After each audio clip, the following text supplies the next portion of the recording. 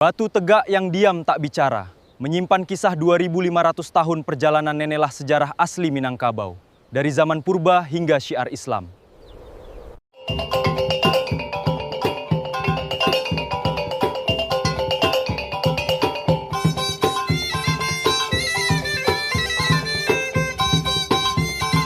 Assalamualaikum warahmatullahi wabarakatuh. Sahabat budaya dan sejarawan, selamat datang kembali di kanal Minang Mustika Jaya.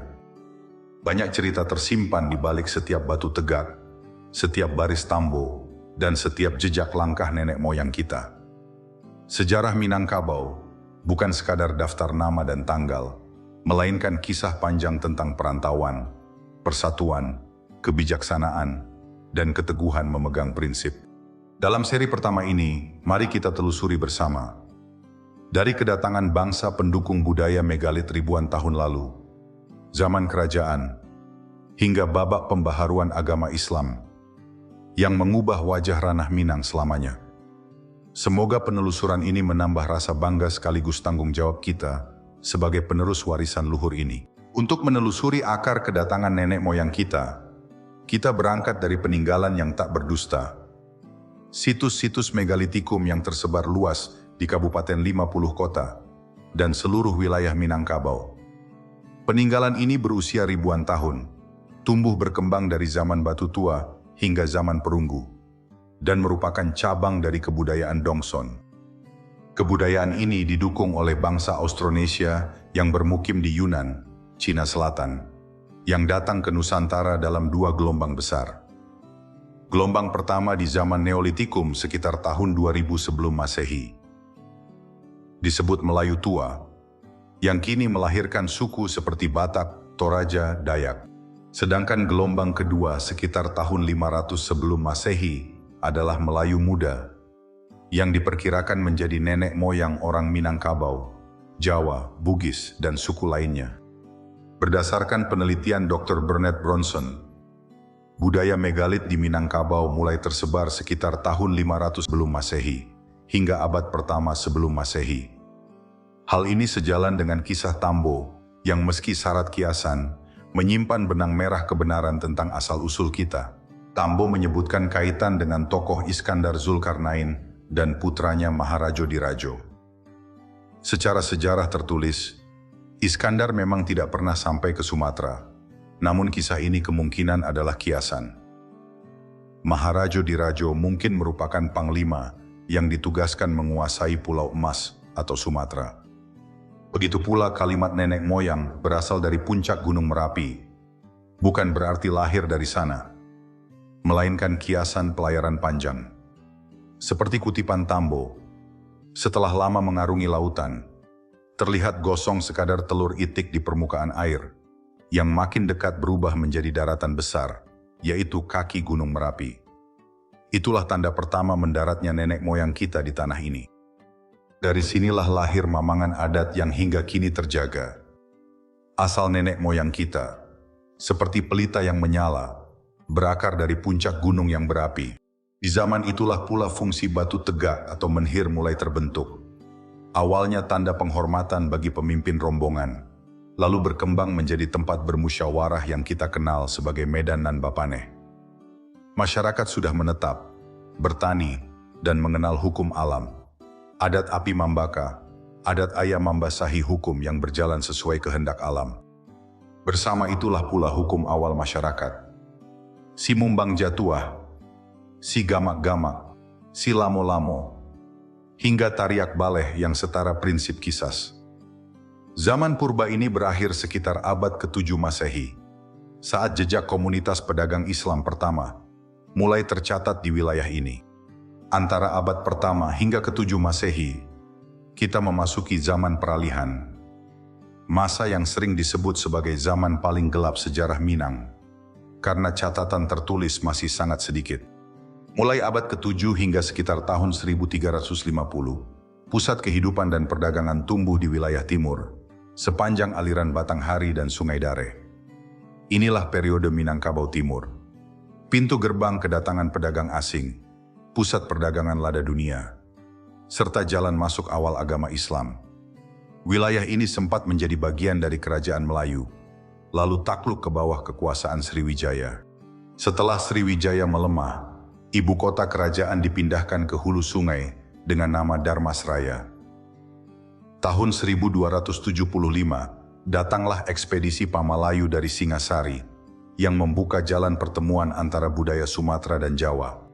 Tokoh Maharajo Dirajo dalam Tambo masih menjadi bahan kajian para sejarawan. Apakah tokoh kuno atau gelar yang kemudian dipakai oleh Raja Aditya Warman?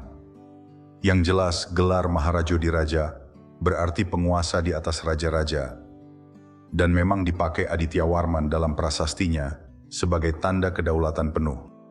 Sementara tokoh seperti Suri Dirajo, Cati Bilang Pandai, dan Indojati melambangkan kebijaksanaan, asal luhur, dan penasihat yang menuntun langkah masyarakat. Puncak penting penyusunan kehidupan masyarakat terjadi berkat dua tokoh besar yang terbukti sejarah, Datuk Ketumanggungan dan Datuk Perpatih Nan Sabatang. Bukti nama mereka tertulis di Prasasti Arca Amogapasa, Kisah Batu Batikam, serta pengakuan hingga ke Negeri Sembilan. Mereka menyusun dua tatanan adat yang hidup hingga kini. Adat Kotopiliang oleh Datuk Ketumanggungan, adat Bodi Caniago oleh Datuk Perpatih Nan Sabatang. Keduanya bukan raja, melainkan pemimpin masyarakat yang kedudukannya jauh lebih abadi. Mengatur kehidupan bersama berlandaskan keseimbangan. Tahun 1347, Aditya Warman, cucu Raja Melayu yang dibesarkan di Keraton Majapahit, memproklamirkan kedaulatan, memindahkan pusat kerajaan ke Pagaruyung, dan bergelar Maharaja Diraja. Masa kekuasaannya hingga tahun 1376 menjadi puncak kejayaan, di mana wilayahnya menguasai sebagian besar Sumatera bagian barat. Uniknya, di bawah pemerintahan raja, kekuasaan langsung terhadap rakyat tetap dipegang para pemimpin adat. Aditya Warman dianggap sebagai sumando, menantu yang dihormati namun berdaulat terbatas di lingkungan istana. Setelah beliau wafat, pengaruh Buddha perlahan surut, digantikan oleh garis raja yang sudah memeluk Islam seperti Sultan Bakilap Alam. Terbentuklah sistem pemerintahan Rajo Tigo Selo dan Basa Ampek Balai, yang menjaga keseimbangan urusan alam, adat, dan agama. Setelah kemenangan atas Majapahit di Padang Sibusuk tahun 1409, nagari-nagari pun mulai menjalankan otonominya masing-masing. Abad ke-16 hingga ke-19 membawa gelombang baru. Kedatangan bangsa barat yang memburu rempah, membuat perjanjian yang merugikan, hingga akhirnya menjajah tanah Minang. Sementara itu, benih Islam sudah ditanam sejak abad ke-7, lalu tumbuh pesat di bawah pedagang Aceh dan ulama seperti Syekh Burhanuddin. Tahun 1803, kembalinya 3 orang haji dari Mekah memicu gerakan pemurnian ajaran Islam yang dikenal sebagai Gerakan Paderi, dipimpin tokoh seperti Tuanku Nan Renceh dan kemudian Tuanku Imam Bonjol. Perjuangan ini tak lepas dari pertempuran melawan penjajah Belanda yang memanfaatkan perpecahan. Akhirnya tahun 1837, seluruh wilayah jatuh ke tangan kolonial. Imam Bonjol pun ditangkap dengan tipu daya dan wafat di pengasingan Nun Jauh di Sulawesi Utara. Namun semangatnya tak pernah padam. Ia menanamkan satu kesepakatan abadi yang kini menjadi pedoman hidup kita semua. Adat bersendikan syariat, syariat bersendikan kitabullah. Dua hal yang tak dapat dipisahkan, warisan terindah dari perjuangan panjang leluhur kita. Itulah sekilas lintasan sejarah panjang Minangkabau, dari masa kuno hingga babak perjuangan pembaharuan. Masih banyak sisi lain yang akan kita telusuri di bagian selanjutnya. Bagian sejarah mana yang paling membuatmu terkesan? Bagikan pendapatmu di kolom komentar.